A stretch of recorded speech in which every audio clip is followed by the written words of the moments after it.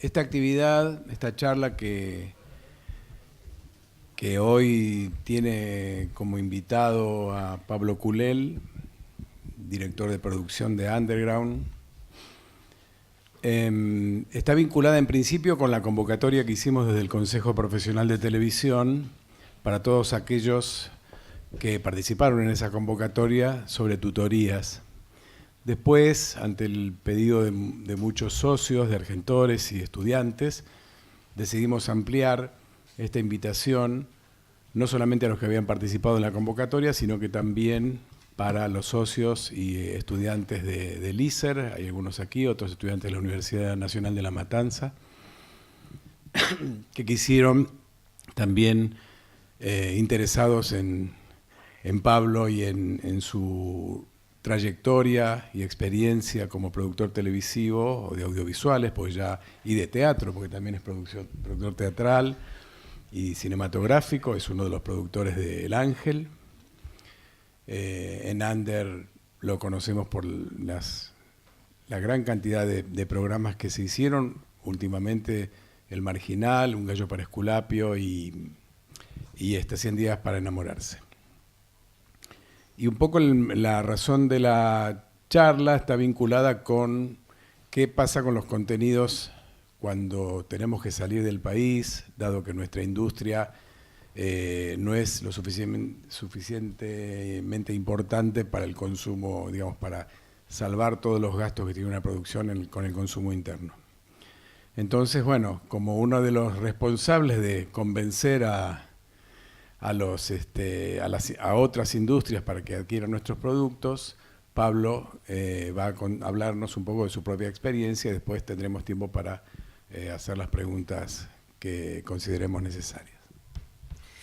Bueno, buenas tardes, muchas gracias por invitarme. Mientras Jorge me estaba presentando, pensaba a lo largo de los años y de todas los programas de televisión, en el 90% de los casos que respecta a mi carrera relacionados a la ficción, ¿qué diferencias hubo en cuanto a la venta y en cuanto a la presentación de los proyectos y en cuanto a cómo convencer a propios y ajenos de que la idea que uno tenía estaba buena y que le podía gustar a la gente? ¿Y cuáles no han cambiado nunca, no? Yo hace 25 años que estoy en la televisión.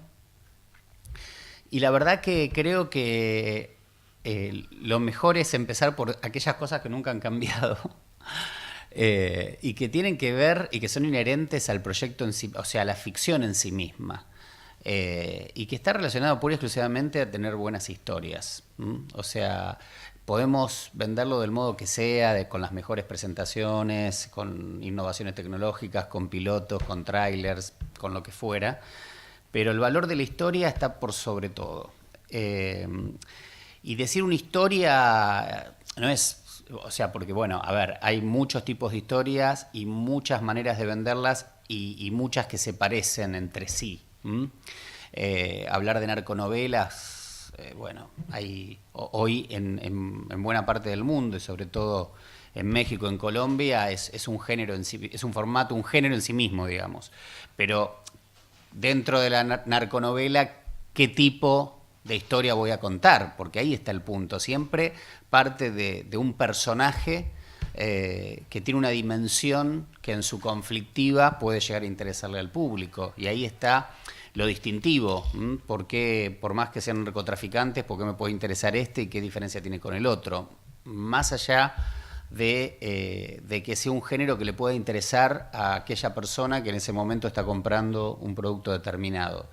Creo que la historia y el diferencial, lo que la hace única, es fundamental en el momento de tener que venderla. El entender el camino que tiene que tener ese personaje para lograr su objetivo, entender que estén los roles dramatúrgicos bien planteados, protagonista, antagonista, el arco dramático, eso no va a cambiar ni ahora ni nunca.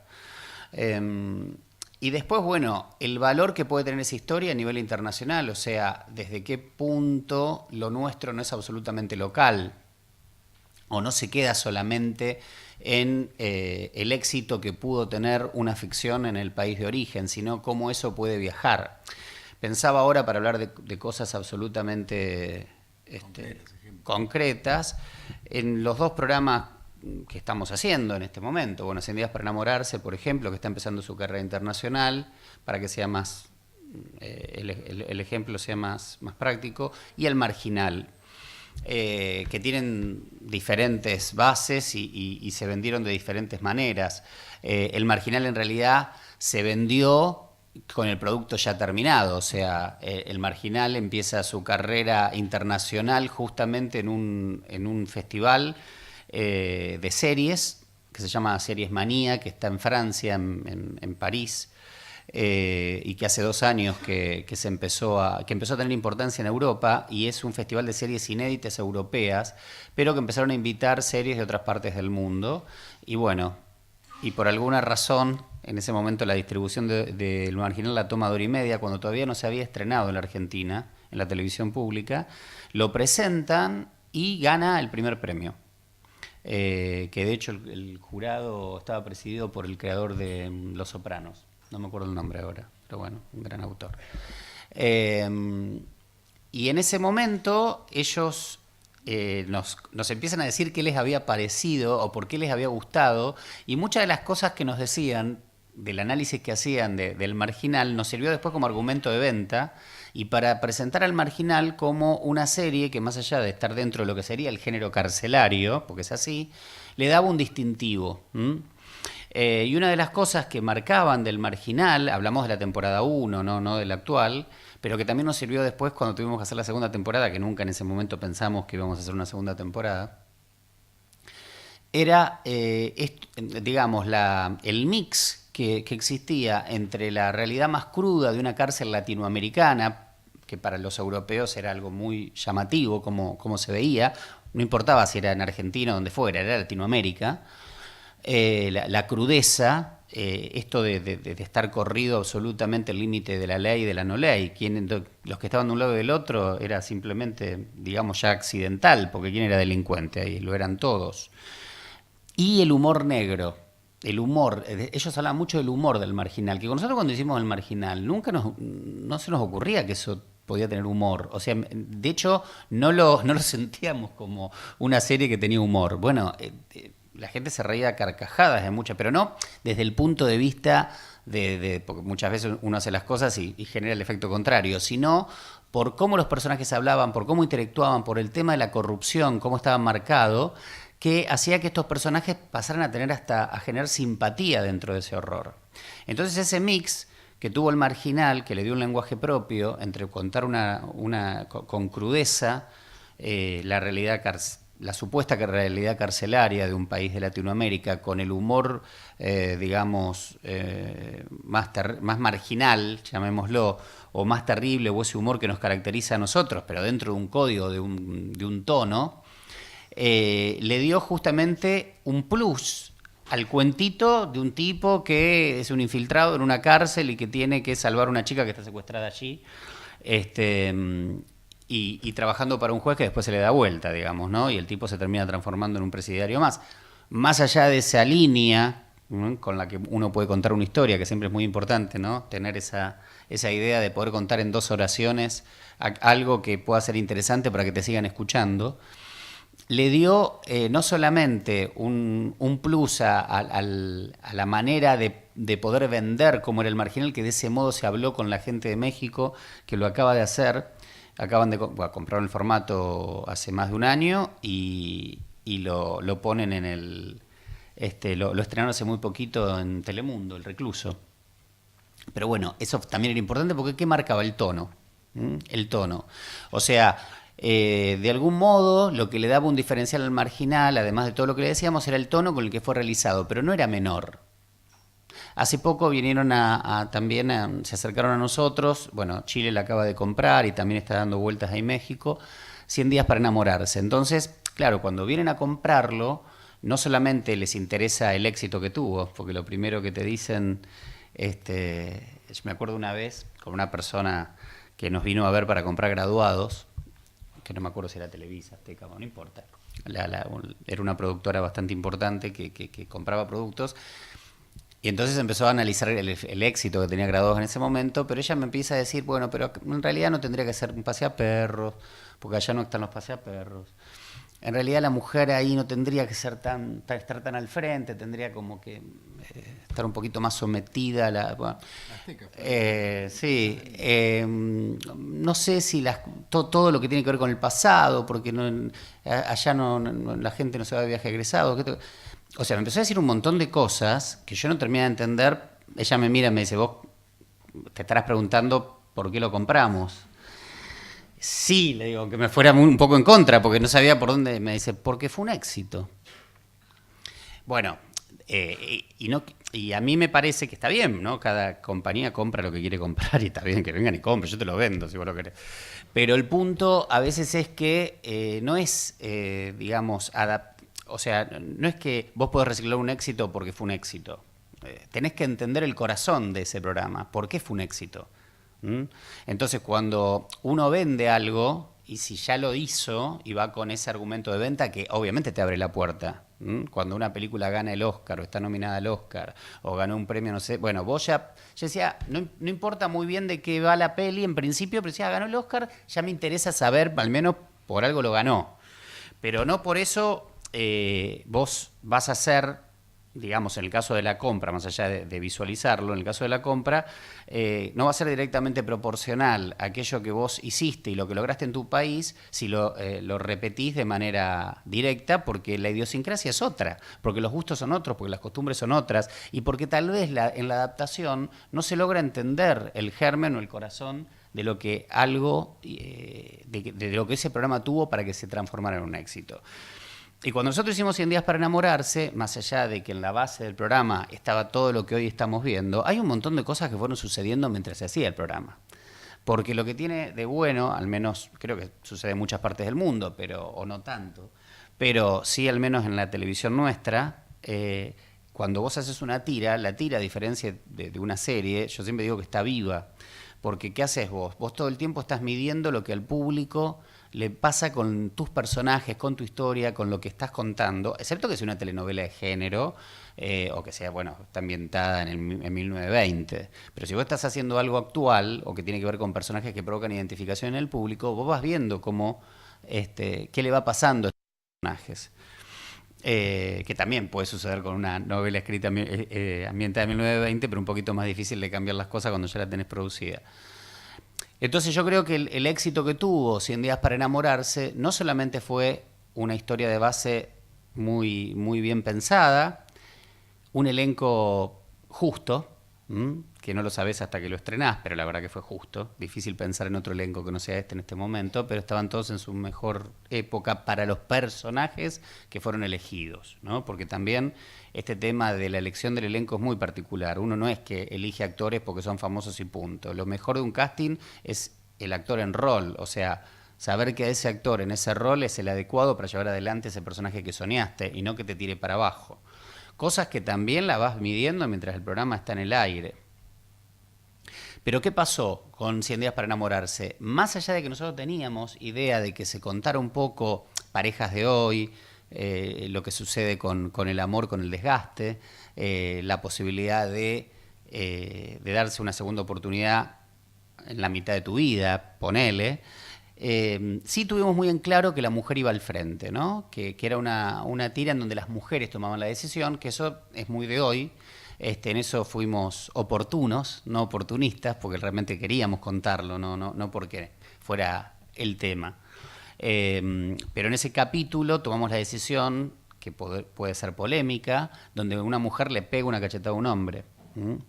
Hoy jamás podríamos mostrar eso en la televisión, por más que sea una ficción. Lo podés mostrar, digo, pero no sería algo que estuviera bien visto. Tampoco está bien visto que una mujer le pegue a un hombre, pero desde el punto de vista conceptual y por cómo sucede la situación, la mujer se cansa y le termina pegando por un arrebato una cachetada al marido y a partir de ahí dice me quiero divorciar, de algún modo, y se va con su amiga y se dicen de todo debajo de la lluvia, dicen vamos para adelante, dejemos todo lo que tenemos hasta ahora, estamos hartas.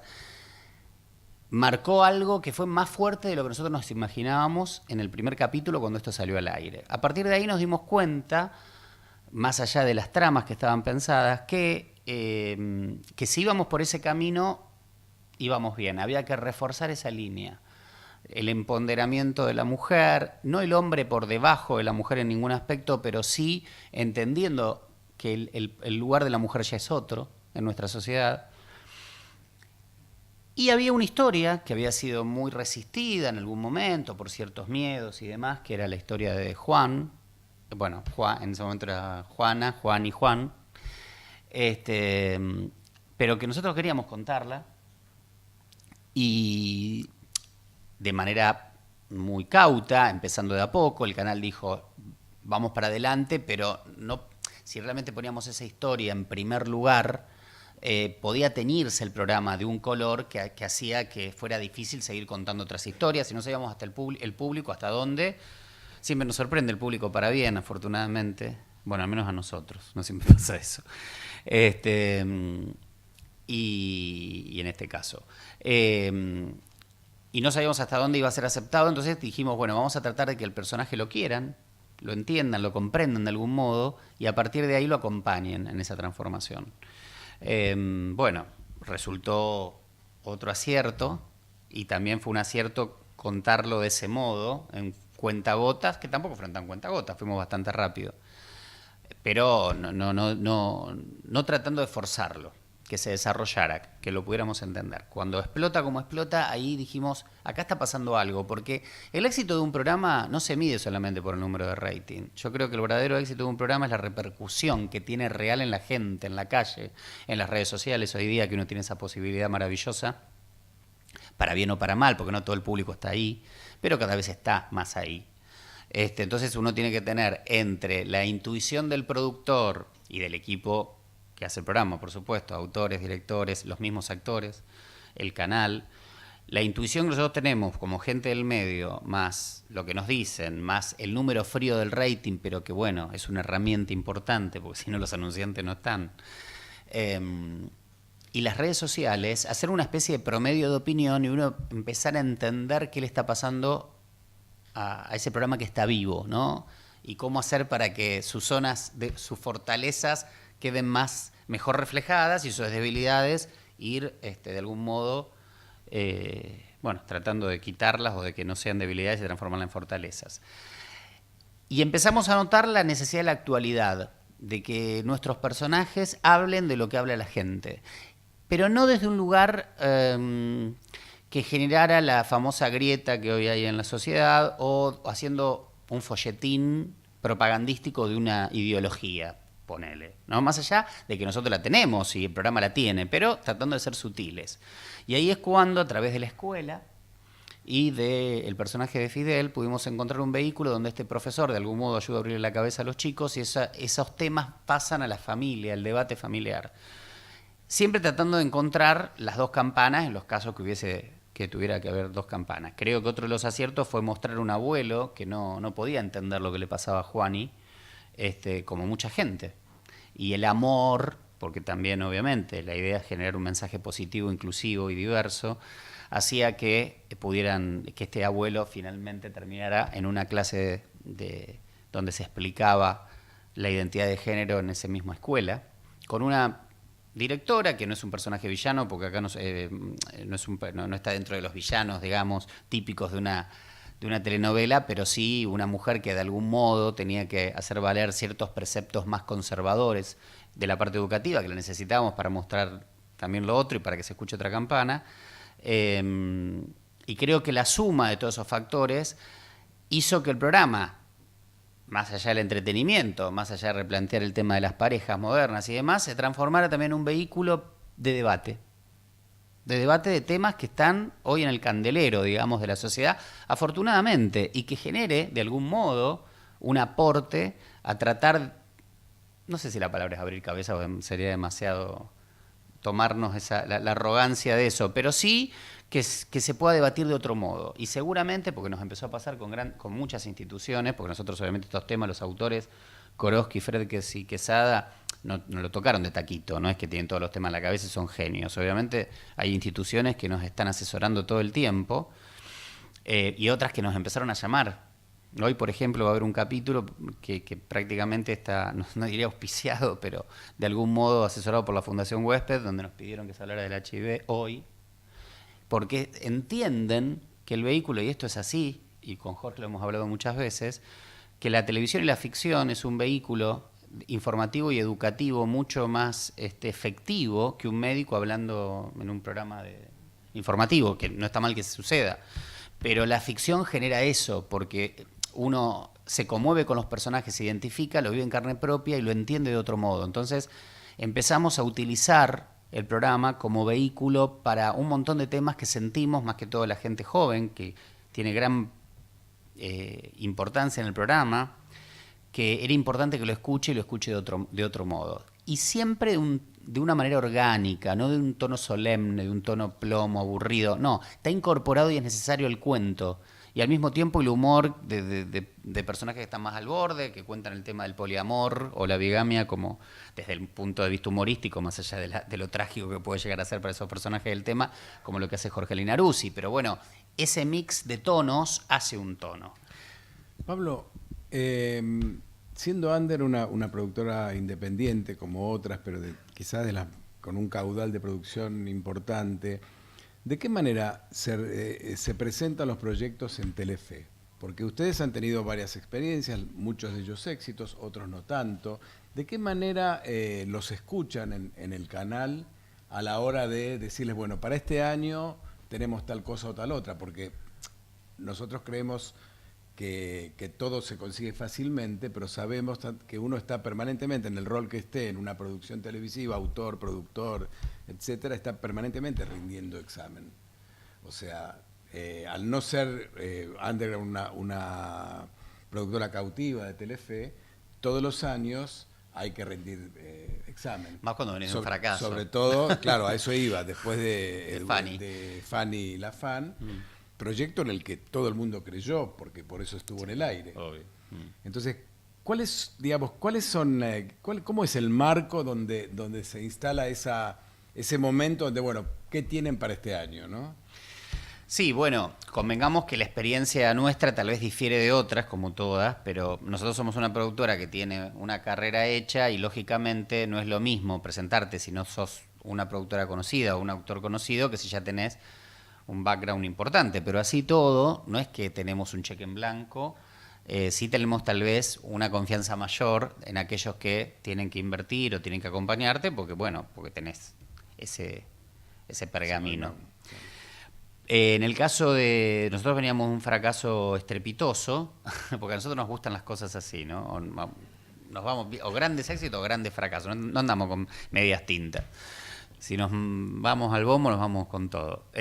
Un programa que creímos mucho, pero nosotros sabemos que era un riesgo. Lo que pasa es que también el público va cambiando. Hoy, vuelvo enseguida, porque creo que todo suma.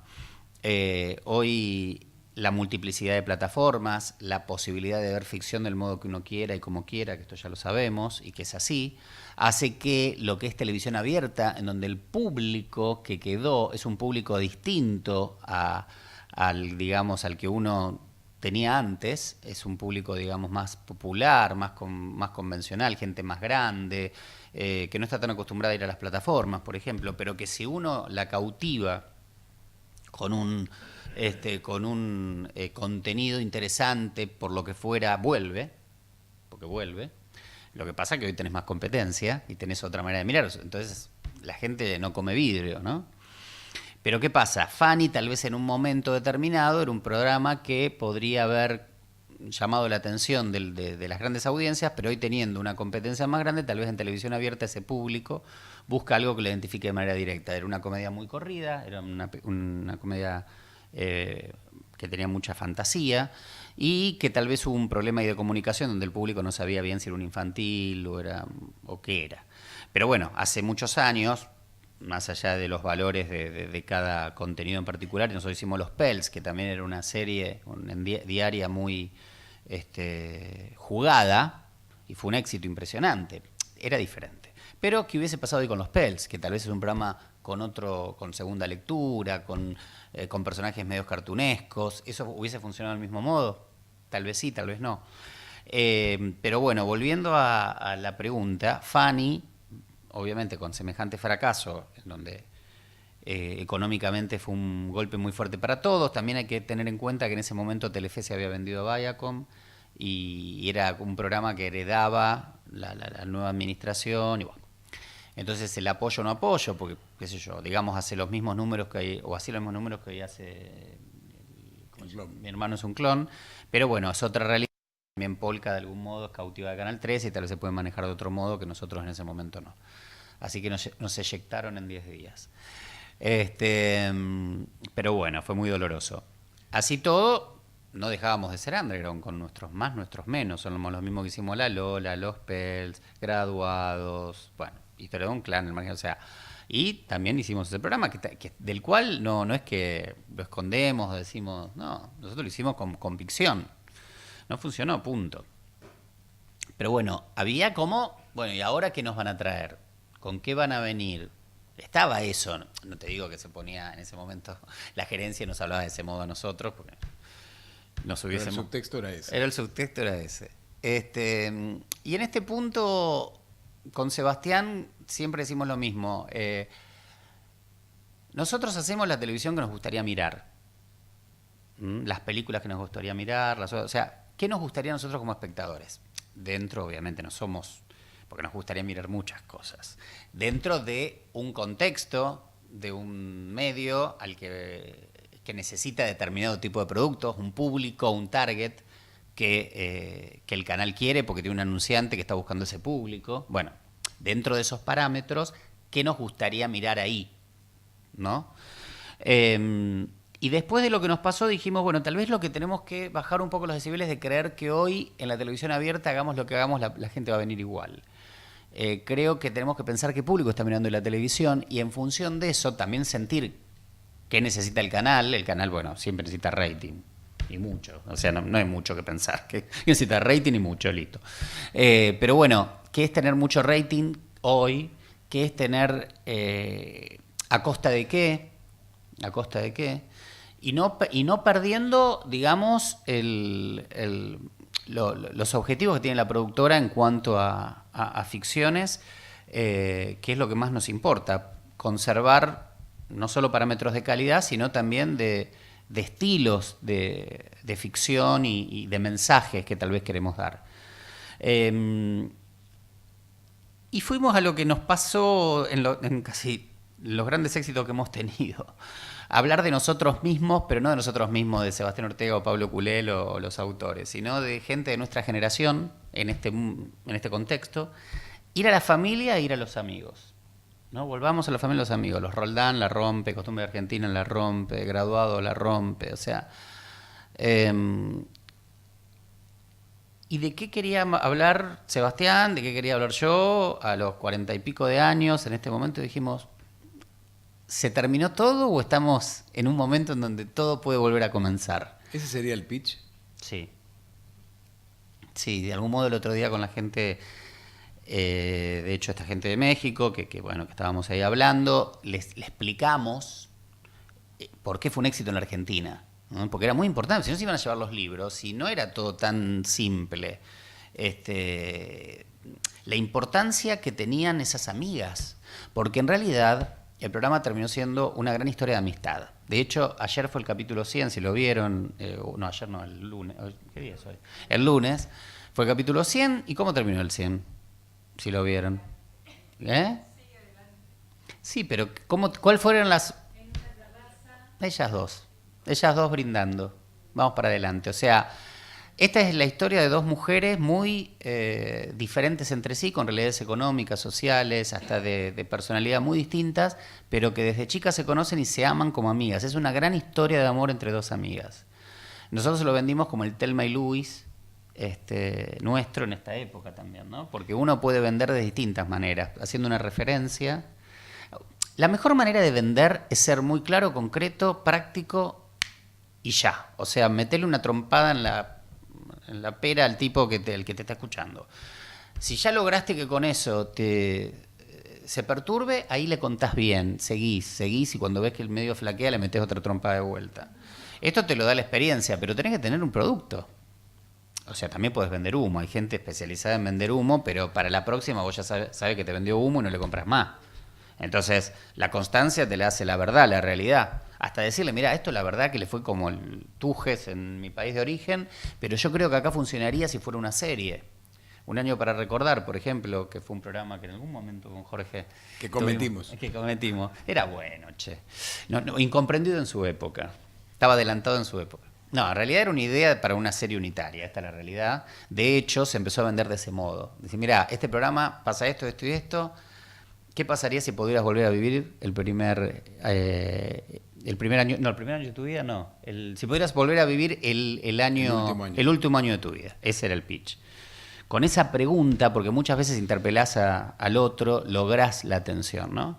Y todos nos quedábamos, porque claro, vos preguntás eso, ¿qué pasaría si volvieras a vivir el último año de tu vida? Decís, me pegó un tiro en algún caso, en otro sería muy feliz o cambiaría algunas cosas. Bueno, de eso se trataba la teleserie o la tira, o como la quieran llamar, depende de dónde estés.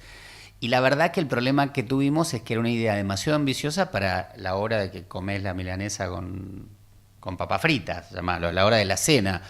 Todavía, eso fue en el 2011, creo, no existía la televisión on demand, el streaming ni nada, entonces no es que la serie vos la podías ver más tarde y te enterabas de lo que pasaba. Y como esta era una historia que iba y venía en el tiempo, el público no la vio un día y fue. Entonces, claro, ¿por qué perdemos público si está buena? Tiene una producción impresionante, Carla Peterson al frente. Llegó un momento que ni nosotros entendíamos lo que estábamos contando. Entonces, bueno... la verdad, y gente que vendía, en ese momento creo que además de Telefe la estaba vendiendo en Demol Internacional, empezó a entender que lo que era muy bueno era la matriz de la trama, porque podía suceder en cualquier parte del mundo y cómo estaba con todo el cuento. Había un montón de factores que eran muy valiosos. Entonces, lo que empezaron a vender es que, mira, no funcionó en diario, pero esto en serie. O sea, empezar a entender también no solamente el género, el germen, sino el formato. ¿Qué te conviene hacer? Pero bueno, después de Fanny, lo que hicimos es eso. Fuimos al corazón, a lo que sentíamos que era una generación de 40 y pico, que es la que compra, la que consume, los padres de la familia, que ya tienen hijos de 20, padres más grandes, bueno, digamos la familia, pero yendo a la pareja, al hombre, a la mujer de 40 y pico de años, que están todos un poco hartos de estar casados, en pareja, o qué sé yo, bueno, ¿esto qué hago? Pero era muy triste decir me separo y punto, o a otra cosa. No, ¿y qué pasa si me doy un tiempo? El famoso tiempo, que puede sonar un poco a chamullo, diría la gente joven. Bueno, no creo que la gente joven diga chamullo. Yo digo chamullo, que me siento joven. Pero bueno, y era darse un tiempo, ellos que son abogados, que todo lo tienen que hacer desde ese lugar, con una serie de un decálogo de cosas que sí, cosas que no, que parecía simpático, y muchos se preguntan, ¿y si lo hacemos? Porque es la mejor manera de ir separándote de manera políticamente correcta, ¿no? Después cada uno hizo lo que quiso. Pero bueno, de algún modo, saber hasta dónde amás o no amás a la persona que tenés al lado y hasta dónde querés vivir una relación de ese modo, porque hay otras maneras de amar y llevar una relación, que es un poco lo que le pasa al personaje de Antonia, el de Nancy. Entonces, bueno, creo que teniendo en cuenta, obviamente, esto de la segunda oportunidad, esto de que es posible vivir el amor de otra manera, y contando lo del pacto de los 100 días, poníamos en funcionamiento el cuento, y era muy importante explicar lo que fue pasando con el programa, como dije al principio, ¿no? Porque este programa no se puede explicar si vos no decís también que en la Argentina funcionó además por todas estas cosas. Además de tener un elenco maravilloso, porque eso no es menor, pero yo creo que está en una segunda instancia, porque muchas veces cuando vendés un programa de televisión, vendés el formato es del libro. Bueno, estás vendiendo los actores, excepto que te compren el programa pregrabado en tu país de origen, cosa que cada vez sucede menos. Ahora un poco las series, porque las series se instalan en la plataforma y la gente ve chinas, coreanas, qué sé yo, ve de todo, afortunadamente. Pero digamos en lo que es la televisión abierta y la posibilidad de vender, o lo que llamaríamos la tira diaria, que no siempre se sube a las plataformas y puede llegar todavía, sigue moviendo un poco el negocio, al menos en lo que es la televisión abierta argentina, necesitas de historias que de algún modo sean localmente muy potables, digamos, le importe mucho a tu público, pero al mismo tiempo tengan una matriz universal que genere interés para que puedan adaptarse a los diferentes formatos. Bien, ahora imaginemos, porque los tres ejemplos que diste, Fanny o 100 días perdón, el Marginal, se han de alguna manera, sobre todo el Marginal, se ha vendido porque fue exitoso, tuvo el premio, ¿no es cierto? Entonces ya ahí no hubo necesidad. Pero ¿qué pasaría con ese mismo proyecto si hoy fuera nada más que un proyecto? Si hoy estuvieran ustedes reunidos como creadores con el autor y tuvieran que ir a los mercados internacionales a vender ese producto. ¿Cómo lo presentarían? ¿Qué venderían? ¿No? Bueno, ¿cuál sería el famoso pitch? O sea, ese poco tiempo para pegar la primer trompada. Sí. ¿Y qué te pedirían luego de que la primer trompada dio efecto para pegar la segunda? Sí. El efecto se puede dar de muchas maneras, porque vos primero podés ir y contar la historia, y te puede llamar la atención o no, como dijimos recién. ¿De qué modo? Haciendo una pregunta que interpele al que está del otro lado, al interlocutor, ¿no? Y que lo haga pensar y ya, bueno, avancemos. O bien contando en 3 líneas el cuentito y que también pueda llamar la atención, o bien diciendo esto, o bien siendo un poco más vendedor, ¿no? Y decir, por ejemplo, entendiendo el humor social que puede haber con respecto al tema del feminismo. Ir con una historia en donde una mujer empoderada lleva al frente, o sea, tal vez 100 días remarcaría lo que sucedió con el tema de las mujeres y hoy se escucharía diferente a hace 2 años atrás. Entonces también entender dónde uno está inmerso, a quién le vas a vender el producto, porque siempre tenés que pensar quién es tu interlocutor más allá de lo que yo tenga, para ver por dónde se lo vendo. Porque una historia puede tener muchas posibilidades de venta. Y si no, bueno, directamente decir género carcelario, género exitoso casi siempre, porque el público tiene un morbo especial con todo lo que es espiar lo que sucede en una cárcel. Pero al mismo tiempo, bueno, ¿qué sucede en las cárceles latinoamericanas? Si vas a Europa va a llamar mucho más la atención, porque quieren ver cómo nos matamos entre nosotros acá. O nosotros como nos matamos también, pero esto tiene un mix y uno le va sumando un poco lo que te decía antes, más allá de ese primer, si no tuviera el programa pregrabado o no hubiera siquiera un piloto, en principio la historia, interpelar al interlocutor con algo que lo haga pensar y ahí empezar a sumarle pluses, ¿no? Por supuesto siempre está quien lo trae, pero si quien lo trae no es un tipo que tenga un background importante, bueno, tampoco te vas a quedar con eso, porque hay gente que alguna vez Damián Cifrón, no, siempre fue Damián Cifrón, pero no siempre fue Damián Cifrón. Y sin embargo Los Simuladores se transformó en una de las series más exitosas de la historia y estuvo dando ese piloto años. La Lola, por ejemplo, voy a dar un ejemplo que es real, más allá de los valores que podía tener en ese momento, hay que pensar que esto fue hace el año 2006-2007, La Lola. En ese momento la historia de La Lola llamó muchísimo la atención. En el mundo se estaban buscando lo que se le decía telenovela de humor, porque venía de Betty la Fea. Betty la Fea había sido un mega éxito de ventas, entonces estaban buscando un poco eso. Entonces, bueno, Dora y Media, que fueron nuestros distribuidores y nuestros productores inversores, teníamos nosotros la idea de La Lola, pero en unitario, y dijeron, no, hagamos en ese momento todavía las tiras, que lo siguen siendo, pero en ese momento mucho más, transformemos esto, si es posible, en una tira diaria con muchísima cantidad de capítulos y esto lo vendemos. Bueno, y así empezó la venta internacional de La Lola. Primero la concreción de que La Lola se transformara de unitario en tira diaria, y se empieza a vender en el mundo. En un momento, una empresa americana la compra, en realidad lo que hace es como que la bloquea por una cantidad de meses para que no la compre ningún competidor, paga una especie de seguro para hacer el piloto, porque los americanos hacen mucho, son los productores ejecutivos que trabajan en compañías, tienen la obligación, digamos, una vez al año, de presentar cada uno de ellos un par de productos de afuera o de donde fuera, para que el directorio decida cuáles van a piloto, de esos de muchísimos proyectos, cuáles llegan a piloto, de esos pilotos cuáles realmente se concretan y finalmente cuál se transforma en una realidad, en una serie, ¿no? De 150 llega uno.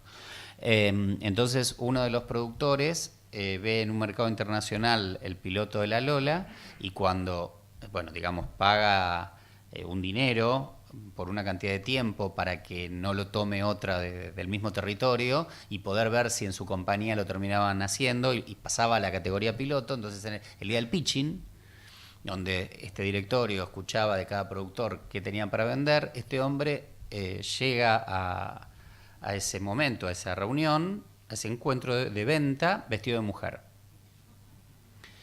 Entonces todos se quedaron y él empieza a vender la Lola, pero vestido de mujer. Entonces la impresión que causa él en sus interlocutores fue la misma que supuestamente le pasaría a alguien si viene al otro día en el cuerpo opuesto, ¿no? En el cuerpo del sexo opuesto. Esa fue una maravillosa idea de venta de un producto en donde forma y fondo fueron de la mano. O sea, no hay una forma, hay muchas. No quiere decir que ahora todos nos tenemos que disfrazar ni hay que tener técnicas actorales, pero a veces sí. Porque todo aquello que ayude a la venta de algo, y más en esta época, hoy con la cantidad de ideas, de producciones, de formatos, donde todo se parece, lo que va a resaltar es aquello que de algún modo sea distinto. Pero pero muchas veces lo diferente no pasa porque lo que yo estoy contando es diferente, sino cómo lo cuento. No es el qué, ya el qué. Cuando te dicen, pero a mí se me ocurrió eso, yo esa historia ya la tuve. Sí, seguro. 100 días para enamorarse, la historia de una pareja se separa, 750.000. Que muchas veces te dicen, a mí se me ocurrió. Seguro que se te ocurrió. Pero ¿cómo la contaste? ¿Podés contar la Lola, por más que haya 700.000 películas, del modo que nosotros la contamos en 150 capítulos diarios? La obra es una completitud, no son los 5 primeros minutos. Esos son disparadores. Las ideas las tenemos todos. El tema es la obra, es el arco dramático, cómo el personaje empieza, se desarrolla, sigue, cómo la realizaste, con qué elenco. Eso es lo que hace original a algo o no. Entonces, tenés que tener el proyecto, tiene que tener fortalezas y al mismo tiempo tenés que saber venderlo, que eso es el marketing, que uno también tiene que aprender un poco de eso, de saber cómo venderse a sí mismo. Si uno es un autor, un productor y no tenés una empresa atrás. ¿Cómo vendés aquello que tenés? Aquí en Argentores hicimos este año esta primera experiencia que espero podamos repetir, que fue la de hacer una convocatoria para los autores, socios en principio, para que ellos presentaran algún proyecto sin desarrollar y fueran a una tutoría con autores ya que tienen mucha experiencia, y realmente lo que está sucediendo con esos 4 proyectos que fueron los elegidos por los mismos tutores, preseleccionados por el Consejo Profesional de Televisión y después por los mismos tutores, están dando sus frutos en cuanto al proceso de desarrollo. Bueno, más allá de eso, aquí hay autores también que de pronto no participaron de esa convocatoria, pero que tienen algún proyecto, que tienen su desarrollo hecho. Una vez que uno está convencido de que esto es así, que terminó el proceso de trabajo, y sos un autor, viene al estudio, al productor, al canal, ¿vos qué esperarías que te presenten, ¿no? Que te vendan? En el hipotético caso, digamos. En el hipotético caso. Si no se trata de preguntarte para mañana estar esperándote en la puerta con la... No. A ver, creo que una cosa es la manera en que te lo presento. Vuelvo a lo mismo. Una cosa, a ver, el proyecto tiene que estar realizado con profesionalismo, con pasión. Uno tiene que estar convencido de lo que está mostrando, de lo que está presentando, y tiene que cumplir con ciertas normas, digamos, lógicas, que bueno, si es una ficción, mínimamente tenés que tener una síntesis desarrollada, un tratamiento de la historia, de cómo sería desde el principio hasta el final. Hablo en parámetros genéricos, no siempre es así. No es que Underground, Telefe viene y le pide todo eso, pero yo estoy hablando en general, porque si no me quedo solamente en la anécdota nuestra. Pero si Underground tuviera que venderle a Netflix... Sí, tenés que hacer todo. Nosotros hemos hecho pitching para Netflix. ¿De qué manera? ¿Puedes dar algún ejemplo? ¿O recordás algún sí, no puedo decir por confidencialidad del proyecto, pero sí nosotros, Netflix vino y pasó por diferentes productoras y escuchaba proyectos generales para series. Una chica americana muy joven, que era la que daba el ok o no, y un latinoamericano, un mexicano. 2 personas jóvenes.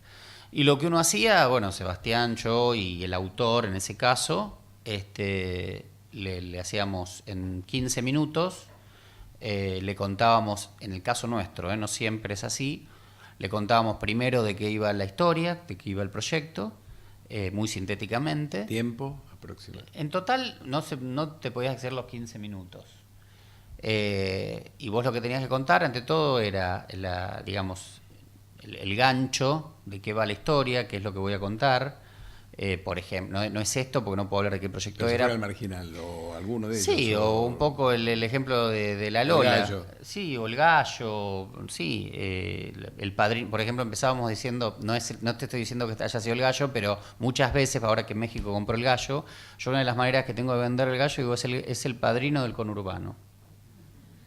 Arrancás ahí y decís, ok, bueno, ahora cuéntamelo. Bueno, y ahí haces una pequeña síntesis, más allá del material que le entregás por escrito o que después se lo mandás digitalmente, no importa eso. Después el soporte lógico tiene que ver con cuestiones obvias. Pero podés tener una edición de 3 minutos en donde, aunque no tengas nada grabado, vos con distintas fotografías, montaje de personajes y demás, le vas contando el cuento con un relator, o grabás un pequeño pilotito, lo que vos puedas y esté a tu alcance, todo puede servir, pero también depende en quién se lo vas a presentar. A veces menos es más. Si no tenés la posibilidad de hacer algo bueno para Netflix, agarré, contáselo y poné todo tu potencial y listo, que presentar algo que queda como medio pelo, ¿no? Porque depende también la forma, ¿no? El detalle hace a quién lo está presentando, excepto que el tipo es un genio, qué sé yo, Almodóvar capaz que va, se para, se sienta y dice, tengo algo para presentarle. Perfecto, que no escucharon qué es y se lo firman igual, porque es Almodóvar, que él, lo que vende es él. Nosotros todavía no llegamos a esa instancia. Pero bueno, el padrino del conurbano, esto que estaba diciendo, le contás el desarrollo de la historia de manera sintética, donde de qué se trata, de quién se trata ese personaje, el contexto, bueno, un poco la síntesis, desde dónde va el personaje y cuál es el obstáculo que va a tener para lograr su objetivo. El hombre y un problema, de eso se trata una historia. Y a partir de ahí, si a ellos les interesó y vieron que el género y el formato que uno está planteando y digamos la matriz principal de la trama es atractiva y está dentro de lo que ellos están buscando, te dicen seguir desarrollando, háblame de los personajes, bueno, y ahí avanzás. Por eso vos tenés que tener, no solamente, vos tenés que tener el proyecto, tenés que tener no menos de 3 libros, las escaletas es una serie, tratar de tener el arco dramático de toda la serie o el tratamiento de cómo empieza y cómo termina. Podés tener algunos libros ahí sin necesidad de desarrollarlo, porque ya con tener los primeros y la historia es suficiente, el perfil de los personajes, nada que... Esto es igual a todas las épocas, ponele. Después, bueno, sí, el formato en que lo presentás, eso difiere, y lo que sí puede pasar que vos a eso le sumes algunas características que hagan a la demás que puede tener, el valor agregado, ¿no? Por ejemplo, esto nosotros lo podríamos grabar en una cárcel real, el Marginal. Además de todo lo que te cuento, podría estar grabado en una cárcel real. Una cárcel que fue real, no importa, pero fue una cárcel. Entonces, eso ya tiene podés mostrar fotos de la locación, obviamente las referencias, esto también hay que hacerlo hoy, antes tal vez no sé si se hacía tanto, pero referencias estéticas, de cómo lo filmarías, cuál podría ser el elenco, referencias, hacer que la persona que lo está por comprar, más allá que no tenga un piloto, no tenga algo, tenga como imágenes que lo ayuden a completar el imaginario sobre ese producto. Y que sientan, ante todo lo que tiene que sentir el tipo que va a comprar, obviamente que no le estás vendiendo humo, pero hay gente que se especializa en venderlo, entonces capaz que la primera la zafan, que vos le das la seguridad de que eso que van a comprar es lo que están necesitando. Vos siempre tenés que generar el deseo en el otro. O sea que hay una parte donde uno tiene que recabar información acerca de quién te vas a encontrar. Por supuesto.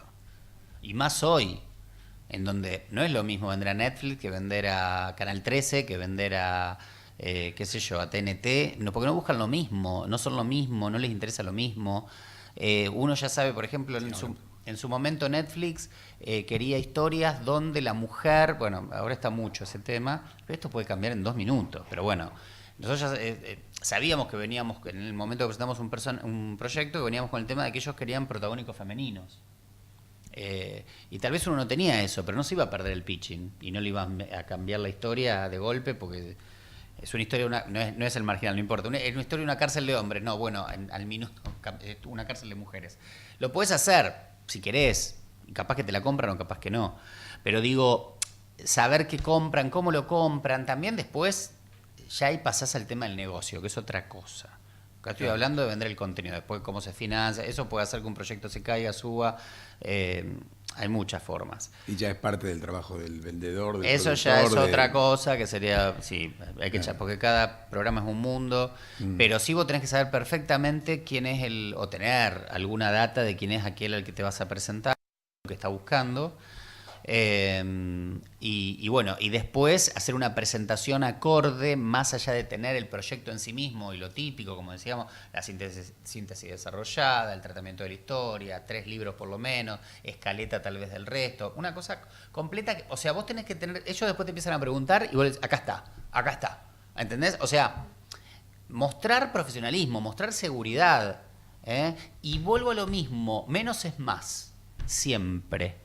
Pero menos es más, no seamos chanta, menos es más, menos es más, toma, dale una hojita, no. Menos es más significa que si no estamos seguros de algo, y si nosotros hay algo en nuestro proyecto que nos da inseguridad, no lo digamos. No empecemos diciendo, bueno, yo les voy a contar algo que en realidad todavía no está del todo, ya está. Listo, gracias, ya no te escuchan más. Por más que te escuchen, no te escuchan. O que, por ejemplo, estas son algunas trampitas que les voy a contar. Cuando la persona te empieza a preguntar, te hace 5 preguntas, o a veces no son preguntas, a veces son como dudas, el abogado del diablo. Y vos le refutás. A veces dejá que alguna pase. Pero no, porque no puede ser, porque los paseaperros no están en México. No, bueno, pero puede haber... Tiene razón. Bueno, pero mire, ¿qué le parece si... Okay, ahora si te dice... Paseaperro no hay en México. La música argentina no sé qué. La protagonista no sé, y vos le decís, sí, tiene razón. Bueno, ya el tipo te va a decir, qué bueno que me escuché, porque este es un tarado que no sabe defender su proyecto. Ojo con las trampas. Claro. O sea, estemos seguros, pero no seamos obtusos. Vamos a, perdón. Vamos a organizar ahora el momento de las preguntas, si te parece. Sí. Así que no sé. Capaz que hay algo que me preguntaste y no la contesté, pero bueno. Ahora, ahí está Ricardo, no sé quién tiene. ¿Vos tenés el micrófono? Están acá. Okay. Así que estamos abiertos a las preguntas. El señor, después la señora, primero pidió él, ¿sí? Pablo, primero es una interpretación personal que hoy por hoy es más difícil. ¿Se escucha atrás? A ver, toma esto. Fíjate el botoncito si está. ¿Tiene o no? Sí, se te escucha. Hola. Ahí está. Creo que hoy por hoy es muy difícil la venta porque las profesionales del medio se han diversificado mucho. Entonces ya los canales de televisión, digo en general, acá y en otra parte del mundo, son empresarios y no de televisión. Sí. Ese es el principal problema, por eso te digo que es una concepción personal, que la gente no sabe leer. Quiero decir, no es que no sepa leer, no sabe proyectar un proyecto. Es lo que yo veo. La pregunta, para ir al asunto. Mi pregunta es la siguiente, que no tiene nada que ver con eso. No, igual está bueno lo que dijiste, sí. Hoy por hoy, la gran competencia de la televisión abierta son las plataformas. ¿Okay? Entonces, ¿cómo se puede competir con eso defendiendo la televisión abierta? ¿Cómo puede prosperar la ficción nuestra de televisión abierta cuando tenemos enfrente plataformas que tienen mucha plata para producir? Mirá, no hay una respuesta que te pueda dar, que te vaya a conformar, porque no existe algo mágico. Yo creo que la televisión abierta, al menos en países como el nuestro, necesitan en ficción de productos que identifiquen a la gente de manera directa, por ejemplo. Programas muy populares que no significa que tengan que tener bajo costo, porque 100 días es un programa muy costoso, pero digamos, creo que la plataforma tiene más la posibilidad del nicho de público. Es como que vos, el tipo que va a la plataforma busca algo diferente a lo que comúnmente ve. Es un público... el tema de, por ejemplo, la televisión abierta es que perdió al sub-25, te diría. La gente de menos de 25 años difícilmente ve a televisión abierta. Entonces la tenés que traer. Los de 25, 30 en adelante son, digamos, todavía tenés un público, y más grandes también, que la plataforma va, viene, pero todavía la sigue mirando, la tiene la televisión abierta como primera opción. Pero creo que tienen que ser ficciones muy populares, de muchísima identificación con la gente, muy cercanas, y creo que ahí podés competir mejor porque por lo general las plataformas producen, pero yo te estoy hablando en todo caso acá de la tira diaria, ¿no? Porque la serie unitaria hoy ya producida solamente por la televisión abierta no existe, porque no dan los costos, es imposible. O sea, hoy la serie unitaria sí o sí la tenés que hacer en coproducción. Y vos fíjate, por ejemplo, el ejemplo del Gallo. El Gallo para Esculapio fue un programa de multiplataformas, carísimo, pero se produjo con TNT, que era la primera temporada. La primera pantalla era Telefe. La segunda ventana, que lo estrenaba el otro día, después que Telefe lo emitía, el capítulo, era TNT. Y al otro día subía todo a Flow. O sea que vos tenías Flow, que vendría a ser una especie de streaming on demand. Tenías la televisión premium en el cable y teníamos la televisión abierta. O sea que tenías para verlo como sea. Ahora, ahí estaba la gran pregunta. Más allá que eso permitió que se pudiera hacer el Gallo y a la larga terminar siendo un negocio... Depende para qué pantalla, no tanto desde lo rentable, sino de posicionamiento, porque el Gallo posiciona a Underground, que no ganó dinero con esa producción, pero tampoco perdimos, pero nos puso en un lugar de series premium, la primera producción para TNT que habíamos hecho, y eso nos permite hoy entrar en esa categoría. A Telefe tener la serie más premiada del año, que tampoco iba a ser un gran éxito de número, porque la podías ver también en TNT y en Flow, que eso es uno de los temas que hoy tiene la televisión abierta, y después paso a explicar lo del marginal, que fue diferente. Y Flow, que lo que lograba era tener a toda la serie en la plataforma, que hoy con la segunda temporada está triplicando lo que pasó con la primera. ¿Por qué? Porque no está en abierta. Entonces los 10-11 puntos que hacían abierta, que es más de 1 millón de personas, fueron a buscar el Gallo, que ya tenía el marketing que te da Telefe, porque el Gallo la gente se hizo muy conocida la serie, la hayas visto o no la hayas visto mucho, por la cantidad de premios que ganó, tuvo mucha visibilidad. Entonces la gente hoy dice, el Gallo 2 se estrena, ¿a dónde está? No importa dónde esté, va y te busca. No está en Telefe, fueron a TNT, duplicó la audiencia el primer capítulo de lo que había sido la primera, y ganó en el cable, fue lo más visto de ese día. Después ya la segunda no, porque tenías a Flow. Entonces el público ya la podía ver toda en Flow, pero triplicó. Entonces son productos diferentes. El marginal fue otra cosa, porque el marginal se hace para televisión abierta, es un producto absolutamente popular, y es un producto que es tan popular que el público lo puede venir a ver abierta. Es una serie unitaria que si hubiera plata para hacerla solo para abierta, rendiría. Porque son productos que van al estómago. En cambio el Gallo es una serie un poco más elaborada, más rara, más... Perdón, Sí. quiero decir... Entonces... En el caso del marginal, el público la había visto en Netflix, pero se iba a estrenar en la televisión pública. Cuando la explosión viene a través de una plataforma, porque es la realidad, se estrena en la televisión pública porque ese era el negocio, ese era el acuerdo, y la rompe, porque la gente no aguantó a que esté en Netflix. Entonces, el público va a buscar el producto a donde esté si le interesa. Entonces, creo que también hay una cuestión de decir, no vamos a poder. Y vuelve lo mismo. Vuelve a la fortaleza del proyecto, que está basado en la historia y en cómo... Ahora, con respecto a lo primero que dijiste, que es verdad que hay gente de televisión y gente que no es de televisión. Tal vez hay gente de televisión ocupando puestos importantes, pero los que terminan tomando la decisión, qué sé yo, cotizan en bolsa, digamos, y van viendo... Pero hoy lo que hacen estas empresas, hacen mucho focus group. Entonces vos capaz que no te van a leer un libro. O sea, todo esto que yo les dije de lectura y demás, sí, hay gente que se dedica a hacer eso y demás, a leer libros, pero por lo general con la persona que te encontrás no digo todos, no te van a leer el libro. Por eso vos tenés que ser muy buen vendedor y convencerlo en el cuentito, en el relato, porque lo tienen ahí. Claro. Y creo que llega a la grabación y capaz que ahí se enteraron cómo era el cuento de verdad. Bueno, ¿otra pregunta? Sí. Preguntas, por favor. Bueno, yo te hago una pregunta desdoblada, pero de la parte comercial. Una pregunta por persona, si podemos conversar. Sí, pero tiene que ver con lo mismo. Dale. Con lo mismo.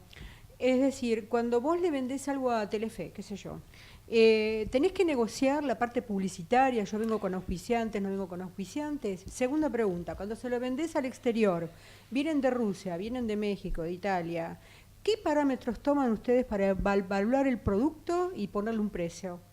Cuando vienen ellos a vendernos Cuando a te nosotros. vienen a vos a comprar. Nosotros no compramos. Nosotros No, solo te vendemos. vienen a vos a pedir el producto. Ah, perdón. Entonces, ahí, Pensé ¿cuáles que son vos los me- parámetros que toma una productora para evaluarlo? Bueno, a ver. Nosotros en realidad no tenemos distribuidores. No es que Underground va a vender comercialmente. Telefe nos puede llegar a vender un producto si hicimos el programa con Telefe, de hora y media, si lo hacemos fuera de Telefe. Depende, TNT vende. No somos nosotros los que vendemos, sí desde lo artístico. Yo puedo llegar a participar, por lo general me llaman a mí para que yo piche una ficción, pero no estoy en la parte del negocio en sí. Ahora, con respecto a lo otro, y los parámetros van a tener que ver con el éxito del producto, el mercado, si es un mercado fuerte o no, porque no es lo mismo que te compre un país con una economía muy chica y que tiene poca producción como Bolivia, a que vengan los países nórdicos a comprarte. Hay una diferencia y en función de quién es el que te va a comprar, es lo que vos le ofreces. Y con respecto a la parte comercial, nosotros con los canales negociamos, en realidad, participás de lo que se llama la publicidad no tradicional, que es el famoso chivo en televisión, el PNT. Ahí sí participa la productora, no participa en la tanda. La tanda es del canal, porque por lo general los canales de televisión ponen la mayor parte del dinero. A vos te compran la artística, entonces, bueno, vos arreglás lo que se llama un fee de producción, que se te paga para hacer el programa, y vos arreglás, si traes algunos anunciantes a lo que es la PNT, la publicidad encubierta, que no tan encubierta, no está encubierta nada, la publicidad que está dentro del programa, ahí tenés un porcentaje, pero no de la tanda. Gracias, Pablo. Sí. Pablo, visto desde afuera, tanto el Gallo como el Marginal daban la sensación, por cómo terminaron, que eran series que estaban terminadas, o sea, que tenían final, y que tuvieron que inventar la segunda temporada. ¿Podés contar un poco en el caso de la...? Sí, bueno, ahora ya no lo hacemos más esto, porque en el mundo toda serie que te compran te preguntan cómo es la segunda y la tercera temporada, porque la primera temporada posiciona, en la segunda ratificás y más o menos recuperás, y en la tercera ganas plata. Esa es la realidad. Era como la tira antes, que te decían cuántos capítulos, y si hacía menos de 100 es porque te fue mal, necesitaba 150 para empezar, y si hacía más de 150 era un gran... Pero bueno, así fue variando por los costos que tiene. En el caso del Marginal, sí, absolutamente, porque el Marginal fue, con la administración anterior, querían sí o sí un producto de underground en la televisión pública, entonces nos pidieron algo que querían tener nuestro, y nos contrataron con ese fin, y Sebastián pensó, si la televisión pública, que no mide prácticamente nada, fuimos a nuestro pasado, como siempre, a agarrar aquello que te hizo bien o que fue bueno en su momento y replicarlo ayornándolo, y hicimos, dijimos, Tumbero fue un gol en el año 2001 en América, en un canal que no tenía tradición de ficción, y cuadriplicó los números de audiencia. Bueno, la televisión pública hace un punto, si vas con algo de índole carcelaria, averiguamos que teníamos la cárcel todavía ahí paradita, ahora ya se va a la cárcel, pero vamos a llegar a hacer el Marginal 3, para los fanáticos se los digo. Nos van a esperar un poco. Y bueno, hicimos la serie pensando en que solamente se iba a ver acá en Argentina, con la posibilidad de venta internacional, pero que era un negocio más de la televisión pública en ese momento, y terminó como terminó. Nunca pensamos que iba a continuar. Cuando explota como explota, y la televisión pública no solo recupera el dinero invertido, sino que gana plata, la compra Netflix, la compra Canal Plus, la compra Telemundo, bueno, no sé, muchos compraron el Marginal, y logra los niveles de audiencia que logra, y gana los premios que gana. La nueva administración, ahí no hubo grieta, la nueva administración dijo, queremos el Marginal 2. Porque esto sirve, esto es un negocio, esto da trabajo y esto se vende, perfecto, ¿qué más queremos? ¿Y qué hacemos? Sebastián dijo, bueno, vamos para atrás. Porque habíamos matado a todos. Perdón, le conté a alguien, ya la vieron casi todo. Le spoileé. Entonces dice, no vamos a hacer la cárcel. No, la gente compró esos personajes. Y también estaba Caetano, estaba Guillermo Salmerón, bueno, Caetano como en el primer Tumbero, ¿no? Después Guillermo Salmerón y Silvino Olchansky son los autores del Marginal. ¿Se puede hacer eso? Y sí, ¿por qué no? Son nuestros personajes, vamos para atrás y ahí contamos una historia. ¿Qué pasó con estos personajes años antes? Con una historia aparte, autoconclusiva en la temporada, pero sabiendo, dejamos la puerta abierta, porque dijimos, ahora se viene una 3. Claro. Antes de hacerlo, sí, se vino la 3. El Gallo fue distinto. El Gallo, en realidad, TNT dijo, vamos a hacer una temporada, pero deja algo ahí por las dudas. Y si uno ve El Gallo, más allá de que uno dice, pero lo mataron a Brandoni. Sí, lo matamos a Brandoni, o Bruno Estañaro lo mató a Brandoni. No lo mató a Brandoni, mató a Chelo, que suena feo eso. ¿Fue un error matar a Brandoni? Qué pregunta. Sí. Si yo contesto esa pregunta se enoja Bruno Estañaro, entonces no te la puedo contestar. Creo que la contesté. Pero bueno, igual está bárbara la serie. Miren la segunda temporada, que es espectacular. Pero en el final nosotros vemos como Nelson, con ese mapita... No cuentes, no spoilees. ¿No la vieron la 1 todavía? Bueno, digamos que esa estuvo un poquito más preparada para la continuación. Y dejó un final que puede terminar tranquilamente ahí como puede continuar. Hoy tenés la obligación de pensar en más temporadas. ¿Preguntas? Sí, ahí atrás. ¿Qué tal? ¿Cómo estás? Hola. Yo te quería preguntar si te condiciona el tema de la venta internacional a la hora de pensar una idea. Por ahí la próxima nunca vas a poner más un paseaperros porque en México no existen. Y si es así, ¿cómo le encontraron la vuelta para potenciar las ideas a partir de pensarlas de esa manera? Mira, nosotros justamente somos una productora que por lo general no hicimos programas tan locales o que no pueden tener adaptación. Creo que eso parte un poco de que Sebastián es una persona que se crió en el exterior, que se formó en Estados Unidos, entonces ya viene con otra mirada del asunto. Tal vez yo fui un poco el que ponía digamos, el estilo más popu argentino, ahora ya no, porque ya Seba hace años que está acá. Pero digamos que siempre entendimos esto de pensar más allá de la frontera, digamos, ¿no? Pero entendiendo que si no funciona en tu país de origen es difícil que después la puedas vender. Entonces, y hoy, ojo, porque todo precepto que uno escuchó fue cambiando bastante. Hoy yo escucho a muchas cadenas decirte quiero localismo. Cuando te dicen quiero localismo, no es el localismo de tomo mate, digo boludo, no. Es el localismo de decir pinta tu aldea, pintarás el mundo. O sea, piratas del asfalto puede haber en muchas partes del mundo, no, pero que se entienda el padrino del conurbano. O sea, ¿por qué si no Fauda, ¿la vieron Fauda? Muy buena. Que cuenta el conflicto de Medio Oriente a partir de un grupo de espías y demás, qué sé yo, como Homeland, bueno, no importa, ese tiene más un estilo americano, aunque la serie es israelí. Pero tienen una base en donde vos ves un héroe, una heroína, un villano, un objetivo, dentro de un contexto y una idiosincrasia en particular, que está bien pintada y bien retratada, por eso las novelas turcas, más allá de que termina siendo un valor agregado, su idiosincrasia, el contexto para poder entender por qué pasa lo que pasa, pero hay algo en la base que es melodrama puro. Entonces, nosotros en ese punto siempre tuvimos una manera de contar en lo visual, en lo narrativo, tal vez de una manera más americana, pero teniendo en cuenta siempre que pudiera viajar. Pero nunca dejamos de contar cosas que al argentino, a nosotros, que somos nuestro público es argentino ante todo, lo pudiera conmover. Sí. Buenas noches, Pablo, ¿cómo estás? Bueno, preguntarte la incursión en el cine. ¿Cómo surgió a la hora de contar esta historia? Vi la película de Robledo Puig. Bueno, felicitar por la verdad que excelente el guión y el actor principal increíble.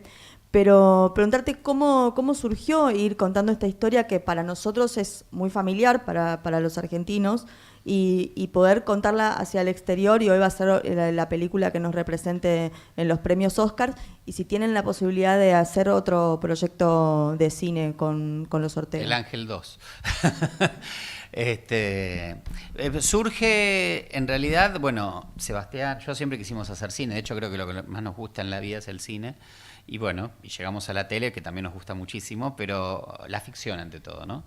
Pero digamos que somos como muy cinéfilos en ese punto, pero durante muchos años intentamos hacer cine y no pudimos por diferentes razones, seguramente porque no encontrábamos los socios ideales que pudieran bancarnos, y teníamos el ejercicio de la televisión, que es más el aquí y ahora.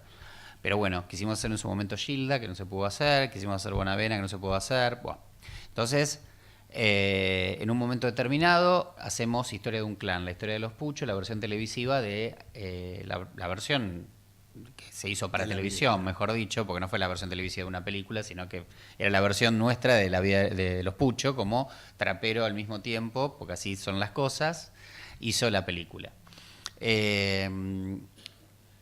Y ahí pasaron tres cosas. Una, la potencia de una historia real truculenta que tenía que ver con nuestro país, pero que al mismo tiempo era una historia universal, porque podía ser entendida en cualquier lado, hecha por un director de cine muy cercano, Luis, el hermano de Sebastián, pero que era un talento en ciernes, solo que no era un director popular ni comercial, porque no, había decidido hacer otro tipo de cine.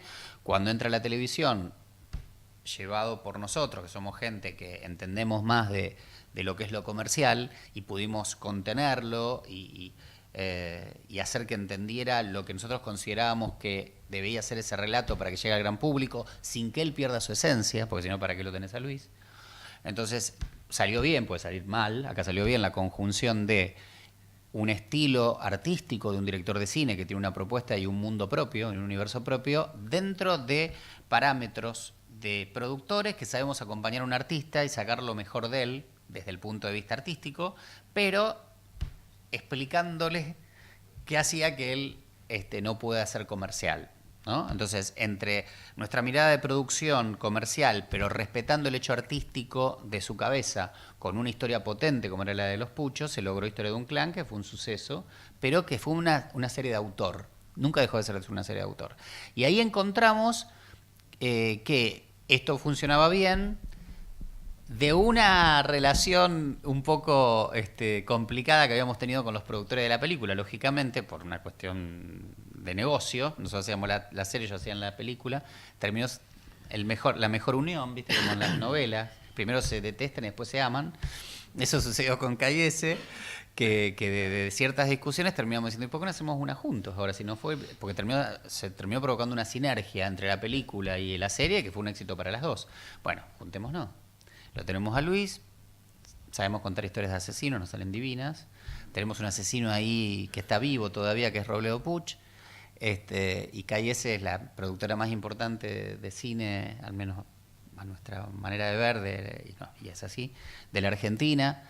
En cuanto a dimensión de producción, se sumaba El Deseo de Almodóvar, o sea, todo es la distribuidora, Fox, o sea, todo cerró porque interesó el proyecto, y bueno, y ahí pasó lo mismo. Estaba la historia, vos tenés que conocer, como todo autor, tenés que conocer el universo, tenés que conocer el personaje, y después lo destruís a tu antojo para crear tu propia visión del asunto. Lo que hizo Luis es tomar el personaje de Robledo Puch para contar la historia de un chico de 18 años que no entendía muy bien de qué se trataba esto de los preceptos morales o no morales. Era una especie de chico amoral, o que tenía su propia moral, y llevó su vida como pudo. Que no sé si habla de Robledo Puch, y no es que estamos justificando a Robledo Puch, habla de ese personaje a partir de la historia de Robledo Puch. Y le puso todo ese pop, todo ese rock, toda esa locura que él tiene, y toda la dimensión de un gran marketing, de productoras que conocen de esto, y él las respetó. O sea, se volvió a dar una comunión entre la mirada de un autor, una historia original, y productores que entienden cómo producir algo y potenciar sus fortalezas, digamos, y tratar de que las debilidades que él tiene para que esto se transforme en algo masivo y comercial, más una película tan cara, llegar a buen camino, y bueno, lo logramos. Sí. Buenas noches, Pablo. Buenas noches, Jorge. La pregunta es esta: para el realizador independiente, para el autor independiente, que agotó quizá la instancia de presentar al Inca, que cada vez hay menos concursos, ¿Cómo es el camino para, sin tener una productora atrás, sin tener ningún contacto? ¿Cuál es el camino para llegar a esas reuniones? Que vos muy bien das los tips de pitching, pero ¿cómo llega la persona común a esa distancia cuando no tiene contactos? Haciendo los contactos. No hay manera, no es que salen en el diario, vengan mañana, más allá de que existen los concursos en los institutos, uno tiene que estar atento. También los autores mismos pueden, lo que pasa es que para todo necesitas plata, contactos, hoy por hoy también estamos todos intercomunicados y podés ver dónde hay una feria. Antes, si vos no ibas a NATPI o a MIPCOM, era como que era imposible. Hoy en la Argentina está Ventana Sur y bueno, es agarrar y tratar de Ventana Sur, de conectarte, estar ahí con productores importantes. De hecho, se hacen, tengo entendido, se hacen ejercitaciones de pitching. Sí, sí. No sé si son ejercitaciones o en realidad escuchan proyectos. Yo creo que hay un... No sé muy bien cómo es eso, pero... completar sí. la pregunta. Creo que hay, así como hay un tiempo para desarrollo y para llegar a la sinopsis, al tratamiento, los 3 primeros episodios, también hay un tiempo para establecer los contactos cuando uno no los tiene. O sea, ¿de qué manera? Bueno, viendo en dónde están las productoras que se abren, porque las hay en el mundo, que se abren a los independientes, dónde están esos pequeños refugios donde de pronto siguen buscándose contenidos a través de realizadores que empezaron con una serie web y con una serie corta y que después pasaron a ser una serie, digamos, extensa.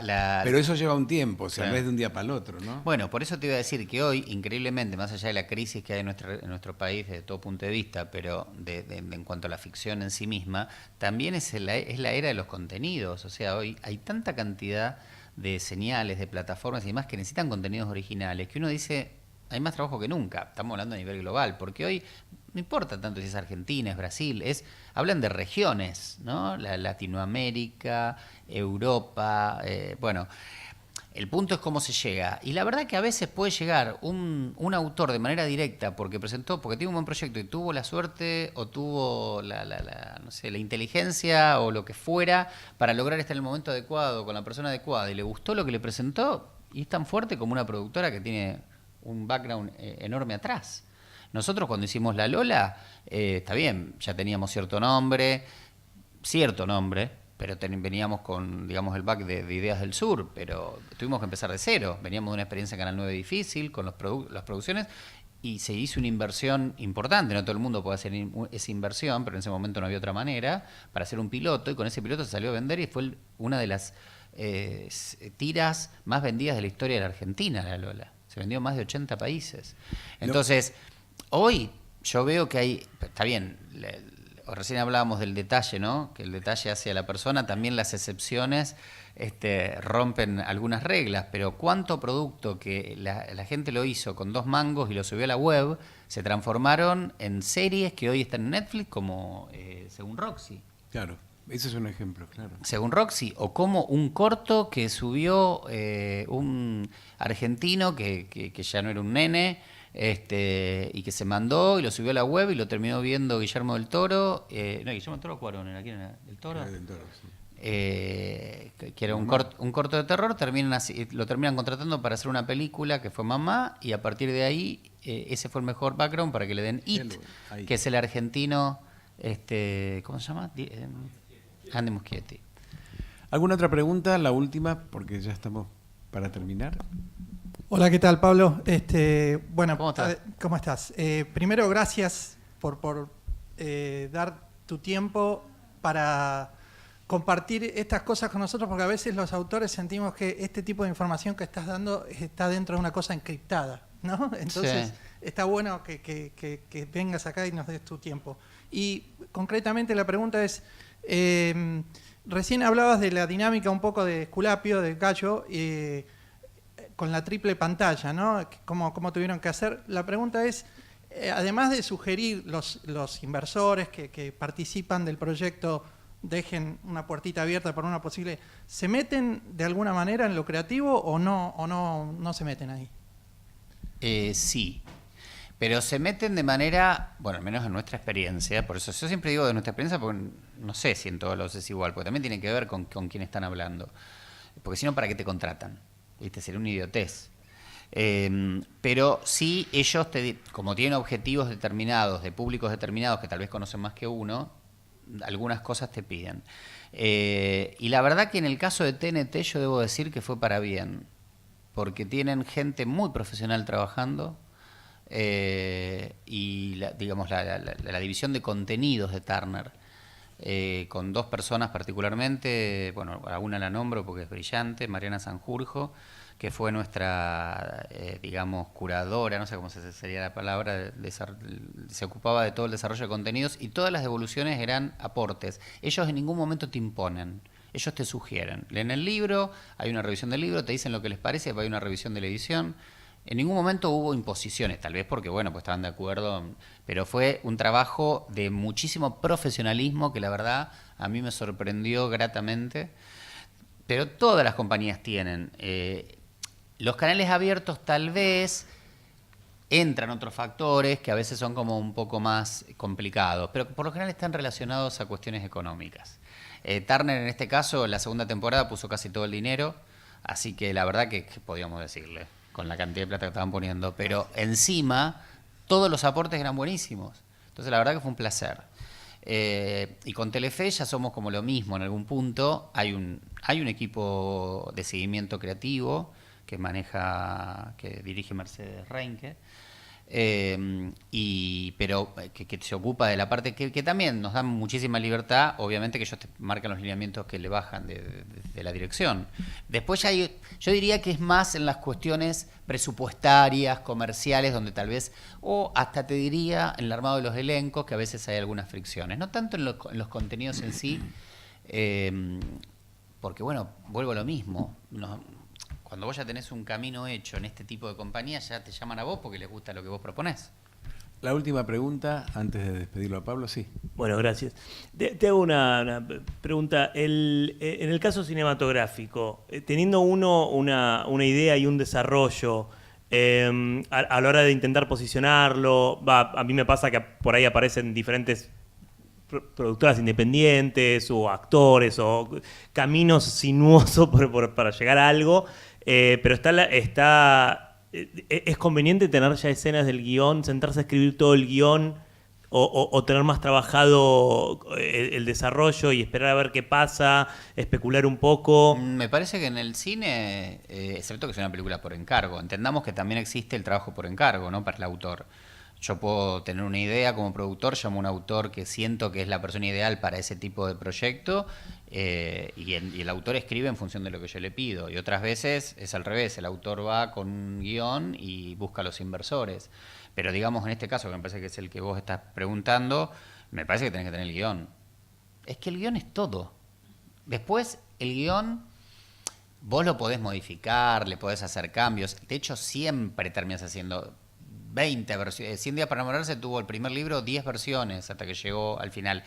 Se graba y tampoco fue la versión definitiva porque se hicieron cambios ahí que tuvieron que ver con cuestiones de producción. Y después mientras estás grabando, el autor está ahí porque hay cuestiones. Hoy mismo nosotros estamos grabando ya el último mes del programa con cuestiones presupuestarias que te dicen tal día tenés que terminar y tengo una cantidad de escenas que grabar y está una de las personas del equipo, además de haber ya contado la historia, diciendo, bueno, no, esta escena no se puede grabar así, la tenés que grabar así, esta historia la tengo que cambiar, bueno, la cambiar. Y así todo el público no se da cuenta, bueno, a veces sí, afortunadamente tratamos de que no se note demasiado, pero todo el tiempo tenés que estar haciendo adaptaciones desde el punto, por varias razones. Por lo general por cuestiones de diseño y producción, pero también en un programa de televisión, ¿qué te funciona más o qué te funciona menos? Hay programas que ya están todos grabados y una vez que salieron lo único que podés resolver es el tema montaje, pero no la grabación. La película tiene un montón de revisiones y después también está el trabajo del montaje, entre lo que se ve y lo que se escribió, pero tenés que tener el libro.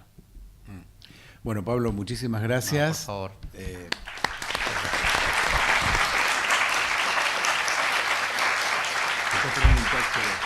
Bueno.